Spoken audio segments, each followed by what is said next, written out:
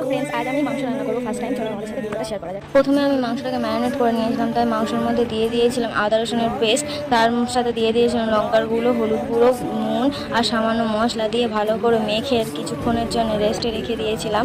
তারপর প্রায় আধা ঘন্টা পরে মাংসটাকে আমি দিয়ে দিয়েছিলাম কড়াইয়ে।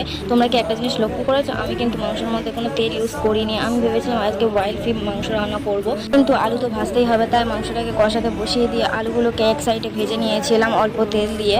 যেহেতু আমি ফার্স্ট টাইম মাংস রান্না করছি, তাই আমার সত্যি খুব ভয় লাগছিল আদৌ খাওয়ার মতন হবে কিনা। এদিকে আলুগুলোকে ভাজা হয়ে গেছে, মাংসের মধ্যে থেকেও জল বার হয়ে গেছে, তাই আলুগুলো মাংসের মধ্যে তুলে দিলাম একটা একটা করে। মা বাড়ি থাকলে আমাকে কোনোদিন রান্না করতে হয় না, আজ মা ডাক্তার দেখাতে গিয়েছিল, তাই আমি রান্নাটা করছিলাম। আর এদিকে ঠাকুরকে বলছিলাম ঠাকুর যেন রান্নাটা ভালো হয়, খাওয়ার মতন হয়। অন্য সব রান্নাই মোটামুটি আমি করতে পারি, কিন্তু মাংসটা কোনোদিন করা হয়নি, তাই আজকে ভাবলাম মাংসটা আমিই করবো। তাই বাবাকে বলেছিলাম বাজার থেকে মাংস এনে দিতে। আমার মাংস রান্না হয়ে গেছে, আমি টেস্ট করে দেখি কেমন হয়েছে। তোমরা আমার ভিডিওটাকে একটা লাইক করে দিও।